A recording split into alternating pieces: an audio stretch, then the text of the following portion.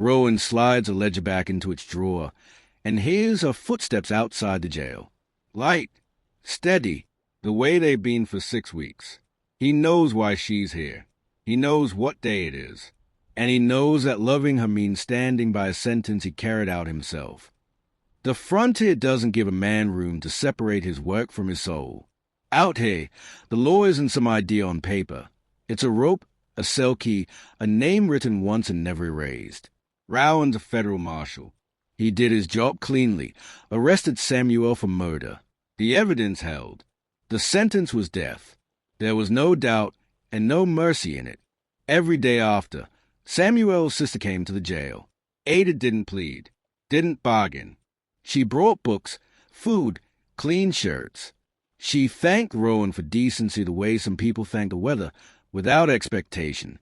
Somewhere in those visits, Rowan began to wait for her. And 2 days before the hanging, she asked him a question he couldn't lawfully answer without losing himself. This is a story about what it costs to love someone after the law's already done its work. Rowan closes the cell ledger as footsteps stop outside the jail door. Lamplight holds steady over the desk, the wood beneath his palms worn smooth from years of weight. He looks up when the door opens. Ada steps inside, carrying a cloth-wrapped bundle. Her dress is plain, clean. She doesn't hesitate when she sees him, just nods once, like he belongs here as much as the bars do. "I brought him food," she says. Her voice is even, no tremor to it. Rowan stands and takes a bundle. He can smell bread through the fabric. He gestures toward the corridor without a word. His boots sound once on the boards, then again. She follows at the same distance she keeps from everyone. Samuel rises when they reach the cell. His hands shake when he reaches for the bundle. Ada moves closer, straightening his collar, smoothing the fabric at his shoulders. She doesn't touch the bars. "Thank you," she says to Rowan. Not softly, not loudly, like thanking a man for holding a door. Rowan nods. He unlocks the cell and steps back far enough to make room, not far enough to leave. He watches Samuel eat, watches Ada stand without leaning, without pleading. When it's time, Rowan clears his throat.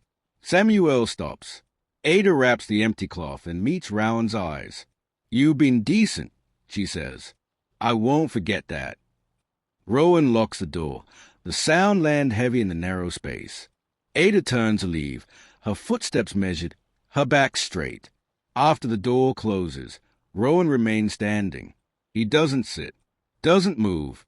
When the jail falls quiet again, he realizes something's shifted. Not the sentence, the distance. Rowan straightens the papers as the jail door opens for the second time today. Footsteps cross the wood floor. He doesn't look up right away. He knows the rhythm now. Not hurried, not unsure. Ada stops where visitors always stop, just inside the threshold. "I brought shirts," she says. He takes them. Clean fabric, folded tight. He smells soap faintly and nods toward the corridor. His boots sound heavier than yesterday. Hers stay light behind him. Samuel looks better this time, cleaner, less hollow. He smiles when he sees her, and she allows herself one in return. Rowan unlocks the cell and steps aside. The lamplight catches the bars, throws long lines across the floor. Ada hands Samuel the shirts. She smooths one sleeve, straightens a seam. Her hands are steady. She doesn't glance at Rowan while she does it. "Marshal," Samuel says, "you keep your word." Rowan answers with a nod, no more, no less. They speak quietly. Ordinary things. A book Samuel finished, a line he liked. Ada listens without interrupting. When Samuel coughs, she waits till it passes. She doesn't rush him, doesn't ask for mercy. When the visit ends, Rowan clears his throat again. The sound feels practiced now. Samuel steps back. Ada folds the empty cloth. She turns to Rowan. "Same time tomorrow." "Yes," he says. The word leaves his mouth before he considers it. She pauses, just long enough to notice. Her eyes hold his. There's no challenge there, only acknowledgement. "Thank you," she says again. Rowan locks the cell. The metal sound echoes. Ada walks out without looking back. Rowan sits this time. The chair creaks under him. He stares at the ledger without opening it. By evening, he realizes he's begun to measure the day by footsteps, and that nothing in the law prepared him for that. Rowan lifts his eyes when footsteps pause outside the jail. He hasn't checked the clock. Doesn't need to. The sound arrives when it always does. He sets his pen down before the door opens. Ada enters carrying a book this time. The spine's cracked. Her fingers rest along it like it matters. She gives him the same nod. No warmth added.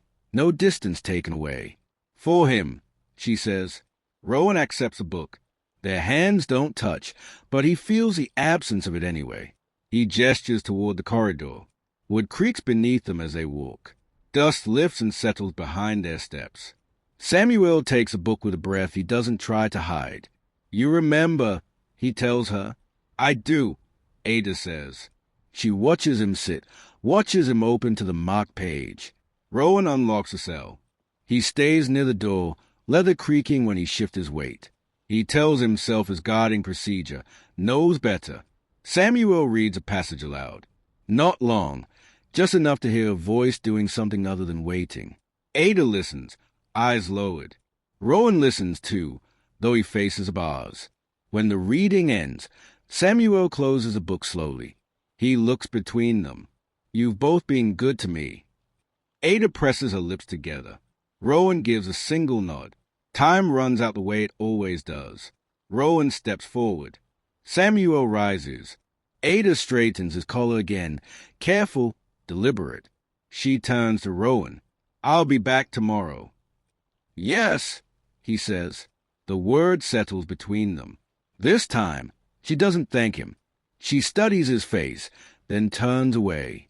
After the lock slides home, Rowan remains standing. His breath comes shallow. He doesn't reach for the ledger. For the first time, he wonders what it would mean if she didn't come, and what it already means that she does. Rowan folds a warrant as Ada steps through the jail door. The papers crease where his thumbs worried it. He sets it aside before she can see the seal. She carries no bundle today. Her hands are empty, resting together at her waist. Is he well? She asks. He is, Rowan says. The words come easy. Too easy. They walk the corridor in silence. Their footsteps sound closer than before. The lamplight flickers once, then steadies. Wood groans beneath Rowan's weight when he stops at the cell. Samuel looks up, searching Ada's face first. She gives him a small nod. Rowan unlocks the door. The sound rings sharper than usual. They speak of nothing important. The food, the book, how cold the nights be grown. Ada listens. Samuel talks longer than he used to. Rowan watches the clock without turning his head. When it's time, Rowan steps forward. Samuel stiffens. Ada raises her hand, stopping her brother before he can speak. It's all right, she says. She smooths his sleeve once, only once. Samuel leaves the book behind. Rowan notices. He locks the cell and clears his throat, but Ada doesn't turn toward the door. Marshal, she says. Yes. They've set the date. He doesn't answer, doesn't need to. The warrant waits on his desk. Ada studies his face, searching for something he doesn't offer. Her breath steadies. Her shoulders square. I'll still come, she says. Not a question, a statement. Rowan nods. The motion feels heavier than it should. She leaves without another word. Her footsteps sound the same as always. Rowan listens till they fade. Only then does he pick up the warrant again. The law has spoken. And now, so has she. Rowan pours water into the tin cup as the jail door opens. The sound spills louder than he intends. He sets the cup down and wipes his hand on his coat. Ada steps inside, carrying bread wrapped in cloth. Her face is composed. Her eyes are not. I brought this early, she says. He takes it. Their fingers brush this time. Fabric, skin, gone before either can acknowledge it. He nods toward the corridor. They walk slower than before. Neither adjusts their pace. Samuel eats in silence today. He chews carefully, like he's counting. Ada watches him, hands folded, breath measured. Rowan unlocks the cell and leans back against the post, leather creaking once. "I'll see you tomorrow," Samuel says to his sister when the food's gone. She nods. "You will."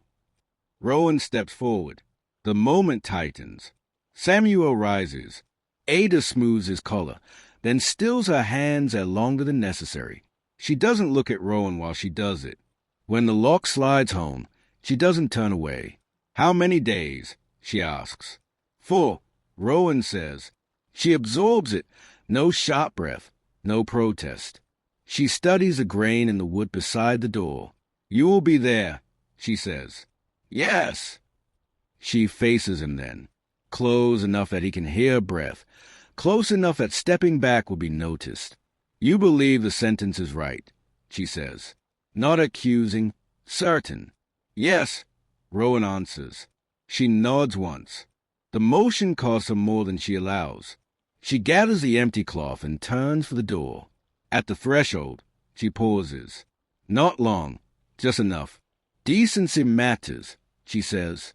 "Even now." Rowan watches her leave. He doesn't follow, doesn't call her back. He stands alone in the corridor, knowing the days are no longer counted forward. They are counted down. Rowan sets the keys on the desk as Ada steps into the jail. They clink once, too loud in the quiet. She carries a book and nothing else. No food, no cloth. He notices immediately, says nothing. They walk the corridor without speaking. Footsteps fall in step, then drift apart again. The lamplight pools near the cell and leaves the rest in shadow. Samuel looks tired today. He takes the book and nods. "Thank you," he says, already opening it. Ada watches till he settles, then steps back. Rowan clears his throat. It's habit now. He reaches for the keys. "Marshal," Ada says. He stops. She doesn't look at her brother when she speaks. Her eyes stay on Rowan's face, steady, searching. "Do you believe my brother deserves to die?" The question lands between them, solid and unmoving. Rowan feels the weight of the keys in his hand. Leather creaks as he shifts his stance. "Yes," he says. The word leaves no room. No apology follows it. Ada nods slowly. She absorbs the answer the way she absorbs everything else, without spectacle, without collapse. She waits a breath, then another. "Do you believe all men deserve a chance to be more than their worst act?" Rowan doesn't answer. Samuel's page turns softly. The sound feels distant. Rowan looks at the floor, then back to Ada. His mouth opens, closes. Silence stretches. It becomes its own decision. Ada watches him, understanding arriving without triumph. She inclines her head once, a small acknowledgement. "That's all," she says. Rowan unlocks the cell. The sound echoes longer than it should. Samuel looks up, confused, then looks away again. When the visit ends, Ada doesn't say she'll return tomorrow. She gathers herself and walks out alone. Rowan remains by the bars, keys hanging useless in his hand, knowing the law's finally asked something of him it never had before, and knowing is already answered. Rowan checks the knot on the rope before the jail door opens. He stills his hands when he hears her. Footsteps, familiar, unhurried. Ada enters carrying nothing at all. No book, no food. Her hands are empty at her sides. They stand facing each other longer than usual. Lamplight rests on her face, shows a strain she's kept hidden. "I came to sit," she says. Rowan nods and steps aside. They walk the corridor in silence. Wood creaks beneath them. Dust lifts and settles behind their steps. At the cell, Samuel's already standing. Ada meets her brother's eyes. She smiles for him. It holds, barely. They sit on opposite sides of the bars. Rowan remains standing. Leather tightens across his shoulders. Samuel speaks of nothing worth keeping. Ada listens anyway. She answers when spoken to. She doesn't reach for him. Time thins. Rowan clears his throat. Samuel stops talking. He rises. Ada stands too. She straightens Samuel's collar, smooths his sleeve. Her hands linger, then fall away. She turns to Rowan. "You'll do it clean," she says. "Yes." "That matters." He nods. It's all he has left to offer. She steps closer, close enough that the space between them becomes noticeable. Her voice lowers, not for secrecy, but care. "You didn't answer me," she says. Rowan meets her eyes. He doesn't look away. "I couldn't," he says. She studies him, breath steady. Then she nods, once. "I know." When the lock slides home, the sound is final. Ada doesn't wait for it to finish echoing. She walks to the door and stops. "Goodbye, Marshal," she says. Rowan watches her leave. He doesn't speak. When the jail falls quiet, he realizes tomorrow will take many things, but it's already taken her. Rowan tightens the strap on his coat as the jail wakes around him. Footsteps move outside. Voices keep low. The rope waits where it was left. He checks it once more, then turns toward the cell. Samuel stands when Rowan stops outside the bars. His clean, shaved. His shirt's buttoned wrong at the collar, and Rowan reaches through to fix it. Fabric pulls straight. Samuel breathes out. "She came?" Samuel asks. "No," Rowan says. Samuel nods. He doesn't ask again. He steps forward when Rowan opens the door. His boots sound light on the wood, like the weight's already been taken. They walk the corridor together. Rowan keeps pace beside him. Leather creaks with each step. At the door, Samuel stops and turns. "You did right by me," he says. "Tell her that." Rowan holds his eyes. "I will." Samuel gives a small smile. It's the last thing he offers. Then he steps forward and doesn't look back. Outside, the air is still, too still. Rowan positions himself where he must stand. He doesn't scan the faces, doesn't search for her. He keeps his eyes on the ground till the order's given. The rope settles. The knot holds. When it's over, Rowan remains where he is. He doesn't move till the body's taken down, and the crowd disperses. Only then does he turn back toward the jail. Inside, the lamplight's unchanged. The desk is where he left it. The ledger waits, open to a name already crossed out. Rowan closes the book. He stands alone in the quiet, knowing he's kept his duty intact. And that love, once delayed too long, doesn't wait to be claimed afterward.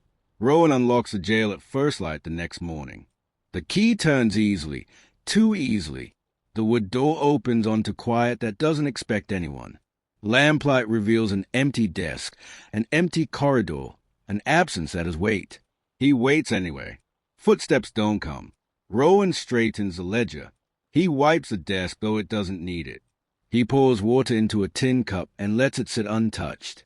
Each motion is deliberate. Each one fails to change what's already happened. Mid-morning passes, then noon. The door remains still. A folded cloth lies on the bench near the wall. He hadn't noticed it before. He lifts it carefully, clean, unused, the kind Ada used to carry. There's no note, no mark to explain it. Rowan sets the cloth back where it was. Outside, a wagon passes. Voices drift, then fade. Inside, the jail keeps its quiet. Rowan sits, then stands again. Leather creaks. Wood answers. Nothing else does. He opens the cell Samuel occupied. The bars are cold. The cup bare. The book Ada brought is gone. The space holds no trace of yesterday beyond the shape of it. Rowan closes the door. By afternoon, it becomes clear she won't return. Not today, not to ask questions, not to collect what remains, not to accuse him or absolve him. The law's finished its work. So has she. Rowan steps outside and pulls the door shut behind him. The sound echoes longer than he expects. For the first time since the arrest, there's no duty demanding his presence here. Only the knowledge that decency, once offered, doesn't always earn forgiveness, and that some silences aren't invitations. They are conclusions. Rowan rides past the jail without stopping as the town comes awake. Dust lifts under his horse's hooves. He keeps his eyes forward. The building sits behind him, unchanged, no longer his to enter. The road opens. He follows it. At the edge of town, he reins in and waits. Not for a reason he can name. Habit pulls at him harder than duty ever did. He listens for footsteps that'll never reach this far. Nothing comes. He turns the horse and rides on. By midday, the land flattens. Fence posts pass in steady count. Rowan adjusts his grip on the reins. Leather creaks. The rhythm gives him something to hold. He stops near a creek and dismounts. The water runs shallow. He washes his hands so they're clean. He presses his palms together and lets them separate. Samuel's words return without invitation. Asterisk tell her that ... Rowan looks at the road ahead, then back the way he came. The distance feels fixed now, not measured in miles, but in choices already made. He mounts again and rides till the sun drops low. When he reaches the next town, he doesn't ask for a room. He ties the horse and stands in the street, uncertain where to put himself. A woman passes carrying a bundle. He nods. She nods back. The exchange means nothing. As night settles, Rowan understands what is kept. The law remains intact. His integrity stands unbroken. What he hasn't kept is Ada. And what he won't chase is a forgiveness that love sometimes asks for when it arrives too late. He turns away from the lighted windows and walks into the dark, carrying forward the cost of a silence he chose to hold. Rowan unfolds a sheet of paper at the small desk inside the rented room. The wood scarred. The chair sits uneven. He presses the page flat with his palm and sets the pen down beside it. Ink waits. The silence doesn't. He writes a name once. *Ada. The letters look wrong on the page, too exposed. He stares at them till they lose shape. He thinks of the jail corridor, the lamplight, her hands smoothing a collar that had never be worn again. Rowan writes a second line, stops halfway through it. He tears the page carefully and folds the pieces small. He sets them aside and starts again. This time, he writes about Samuel, about his steadiness, about the way he walked forward without protest. The words come easier when they are not about her. He reaches the end of the page and realizes he's written nothing she doesn't already know. Rowan folds the letter anyway. He addresses the envelope. The town name fits, the rest doesn't. He sets it beside the lamp and leaves it there. Outside, footsteps pass the window. Voices rise, then fade. The frontier keeps moving, doesn't slow for conclusions. Rowan picks up the envelope. He turns it once in his hands. Leather creaks as he shifts his weight. He thinks of what the letter would ask for. Not forgiveness, not return, only acknowledgement. That, he knows, would be a trespass. He opens the door and steps into the night. Wind brushes his coat. He walks to the stove and feeds the paper into the fire. The flame takes it without resistance. Rowan watches till nothing remains but ash. Some truths, he understands, aren't meant to be carried to the people they'd wound again. They are meant to be borne alone. Rowan stops his horse when a voice calls him from the porch. The man stands with one boot hooked on the rail, hat tipped back. He knows Rowan's face, not from kindness, from reputation. "You're the marshal," the man says. Not a question. Rowan nods. Leather creaks as he shifts in the saddle. They give him a room anyway. They always do. The frontier respects certainty, even when it dislikes the cost. Inside, the walls are thin. Voices carry. Rowan hears his name once, then again. He did it clean, someone says. Had no choice. Another answers. Still. A third voice adds, and lets the word hang. Rowan sits on the edge of the bed and removes his coat. Dust shakes free. He folds it with care and sets it aside. The bed frame groans when he stands again. Downstairs, laughter breaks out. A woman's voice rises above it, warm, unguarded. Rowan pauses at the stairwell, then turns back. He eats alone. Bread, stew. He tastes neither. A man at the next table nods at him. Respect, offered without warmth. Rowan returns it. Nothing more is required. When he steps outside, the night air presses close. Wind moves along the street, stirring dust and paper. He walks without direction till the buildings thin.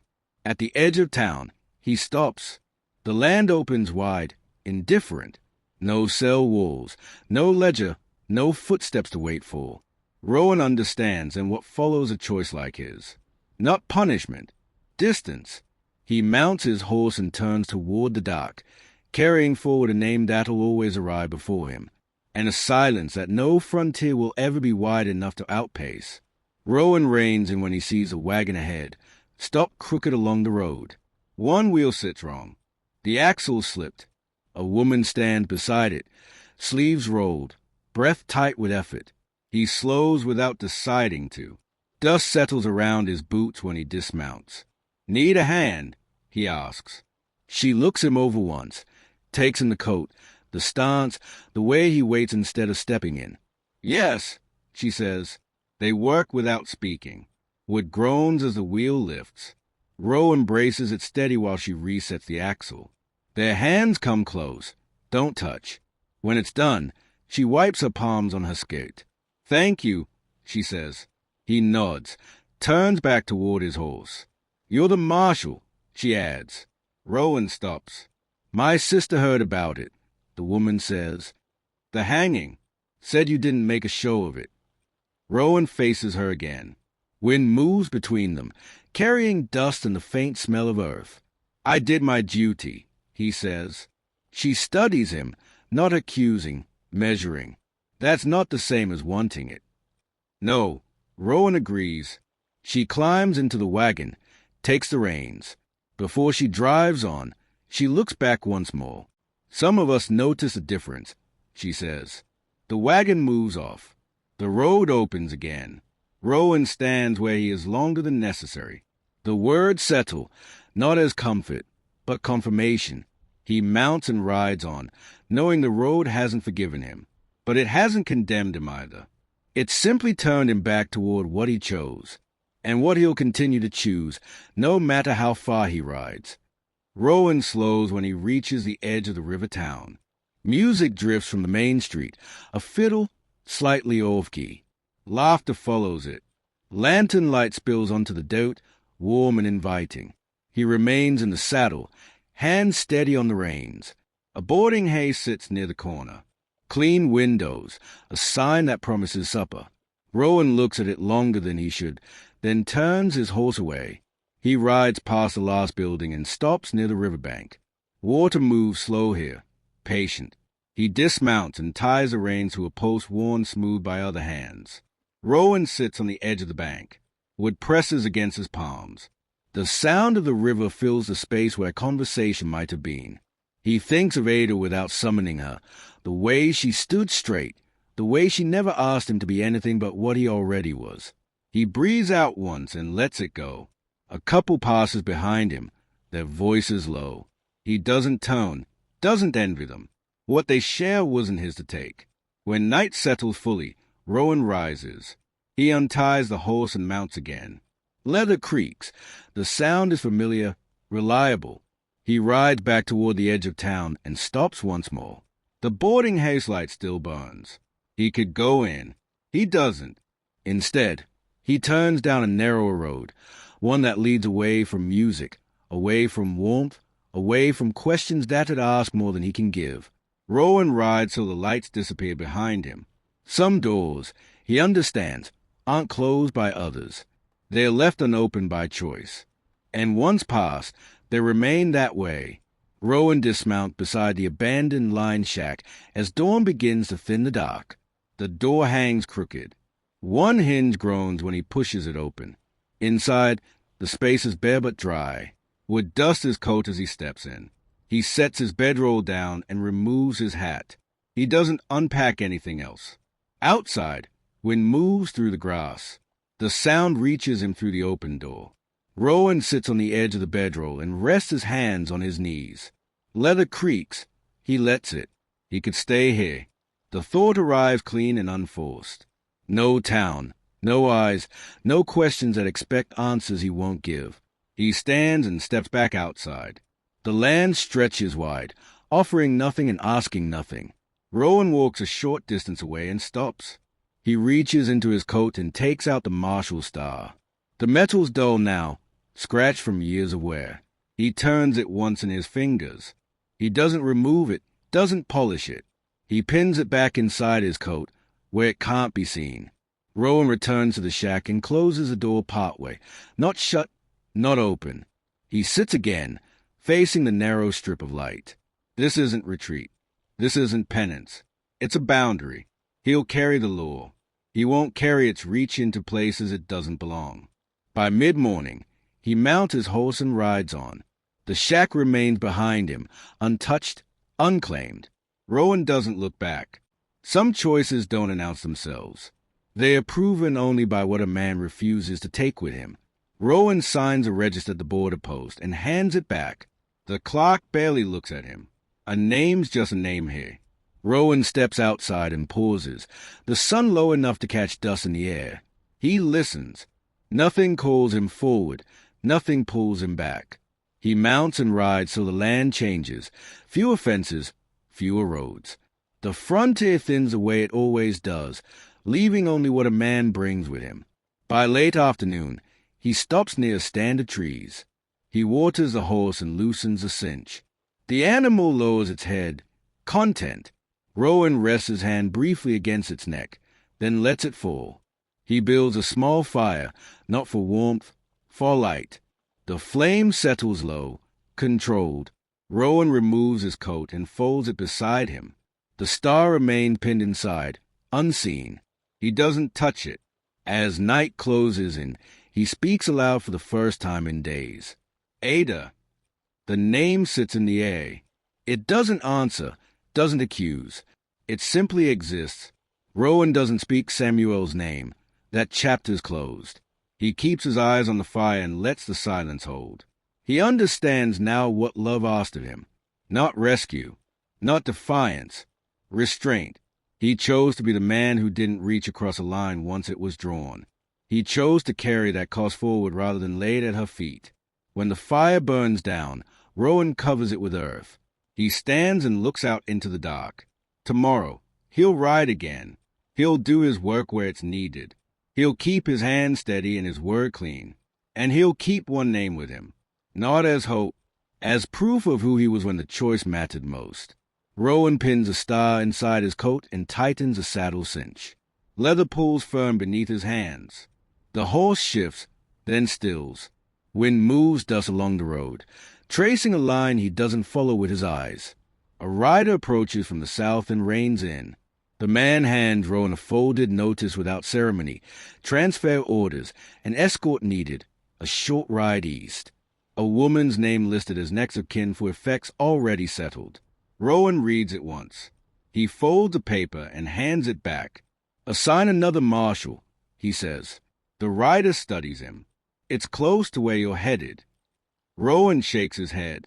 The motion is small, final. That's why. The rider shrugs and turns away. Hooves sound, then fade.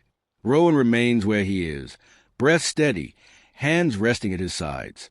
He mounts and faces west instead. The decision costs him nothing the law can measure. It costs him everything else. By noon, he reaches a small crossing where a man waits with shackles ready. Rowan dismounts, checks the links, and nods. The work is clean, correct, decent. When it's done, Rowan signs his name and doesn't add a word. At dusk, he makes camp. He eats without hurry. He keeps the fire low. When the stars come out, he stands and looks at them without asking anything back. Rowan understands now what love demanded of him. Not pursuit, not explanation, not a second answer. It demanded he remain whole. He chose a line that let him keep his word intact, even when it kept her beyond reach. He chose to live with that distance rather than close it by breaking himself. In the morning, he'll ride on, and he won't cross the line he learned to see only when it mattered most. If you love stories like this, you're welcome here. Subscribe if you want more Western romances. And if this story stayed with you, tell me in the comments. I'll see it. I'm your narrator, Sam. Until the next road.